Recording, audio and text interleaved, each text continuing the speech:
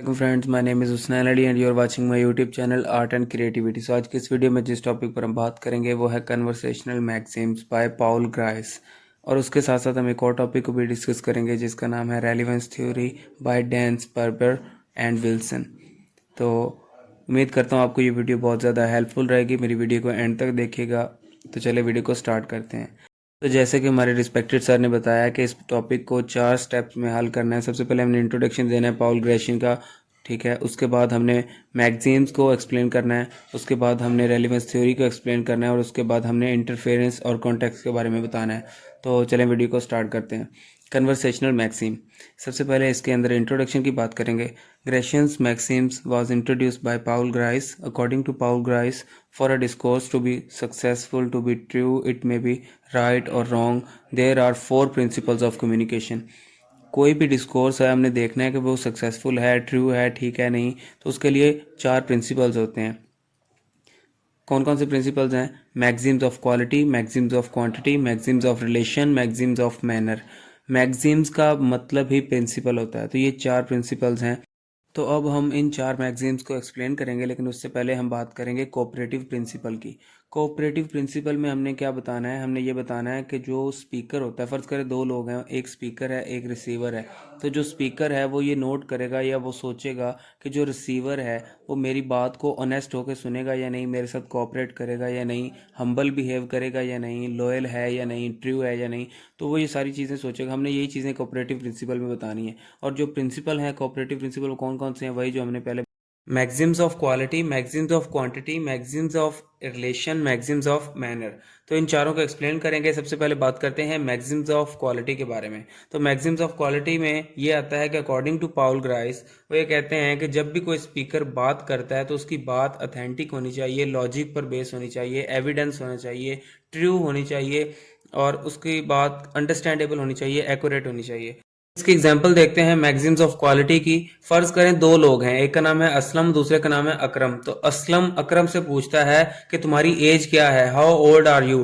तो आगे से अगर तो अकरम सही बताता है कि आई एम 30 ईयर ओल्ड, तो फिर तो ये मैक्सिम्स ऑफ क्वालिटी है, ये एग्जांपल ठीक है। लेकिन अगर वो इसकी जगह ये कह दे कि आई एम 175 ईयर ओल्ड, ठीक है, मैं 175 साल का हूं, तो ये तो टोटली गलत हो जाएगा ना। तो मैक्सिम्स ऑफ क्वालिटी में क्या होना चाहिए?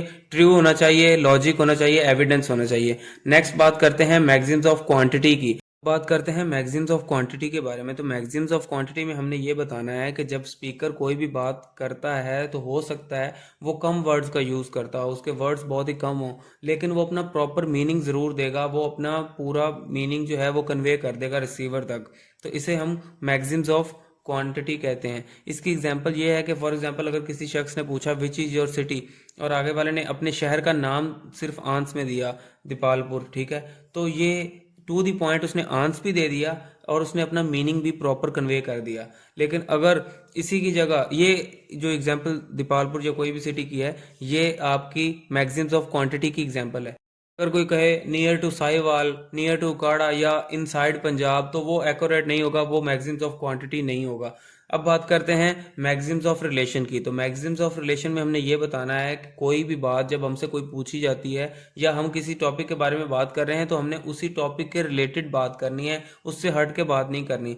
फॉर एग्जाम्पल हमसे पूछा जाए कि आपकी एज क्या है, हाउ ओल्ड आर यू, और हम आगे से आंस दें I am a lover of pizza, तो ये रिलेशन ही नहीं बनता बात का कोई। तो हमने इसकी जगह ये आंस देना है कि आई एम 30 ईयर ओल्ड या कुछ भी जो भी एज है, तो हमने रिलेटेड आंस देना है, मैक्सिम्स ऑफ रिलेशन कहलाएगा। नेक्स्ट बात करते हैं मैक्सिम्स ऑफ मैनर की। तो मैक्सिम्स ऑफ मैनर में हमने 3 चीज़ें बतानी है कि इसमें एक तो ये होना चाहिए हमारी जो कन्वे कर रहे हैं हमारा मैसेज वो क्लियर होना चाहिए। दूसरा हमने ब्रीफली बता देना है, ठीक है, इतना कम से कम कि अगले बंदे को समझ आ जाए, क्लियर हो जाए, और ऑर्डरली। तो ये 3 जो है स्टेप्स या 3 जो प्रिंसिपल हैं ये मैक्सिम्स ऑफ मैनर के लिए हैं। तो इसमें भी हम यही एग्जांपल यूज़ कर सकते हैं कि अगर हमने कहा कि हाउ ओल्ड आर यू और उसकी जगह हमने आंस दिया आई एम 30 ईयर ओल्ड, तो ये बिल्कुल हमने क्लियर बात कर दी, हमने एक्यूरेट ब्रीफली बात कर दी, ऑर्डरली बात कर दी।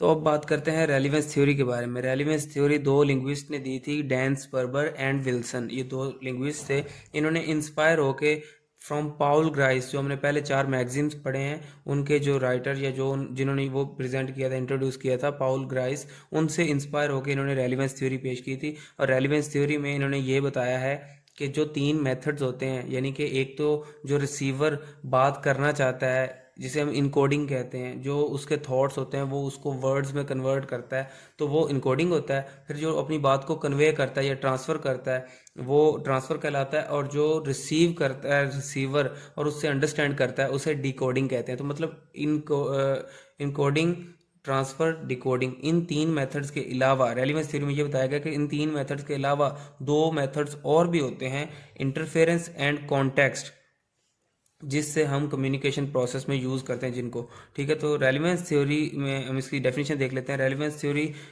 is the principle that communication process involves not only the encoding, decoding and transfer of message but also numerous other elements including interference and context।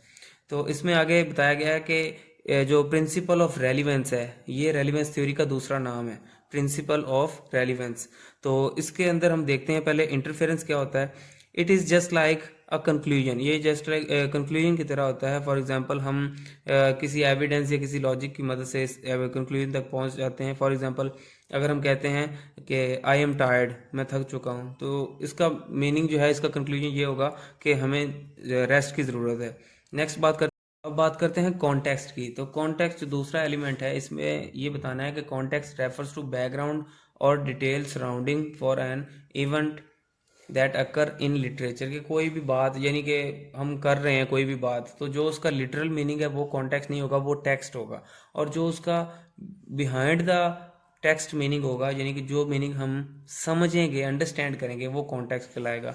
For example एक poet है, वो कोई चीज़ लिख रहा है, तो वो क्यों लिख रहा है ये उसका कॉन्टेक्स्ट है, और वो क्या लिख रहा है ये उसका टेक्स्ट है। तो ये कॉन्टेक्स्ट था। According to Dan Sperber and Wilson, इन्होंने ये कहा था कि किसी भी सेंटेंस के अंदर 3 चीज़ों का होना बहुत ज़रूरी है। एक तो ये, what is the speaker intended to imply. Second है, the speaker intended attitude, what was said and why. And third है, इंटेंडेड कॉन्टेक्स्ट। सो उम्मीद करता हूँ आपको मेरी वीडियो पसंद आई होगी। अगर मेरी वीडियो पसंद आई और इससे कुछ सीखने को मिला है तो मेरे चैनल को सब्सक्राइब करें और मेरी वीडियो को लाइक करें। अल्लाह हाफिज़।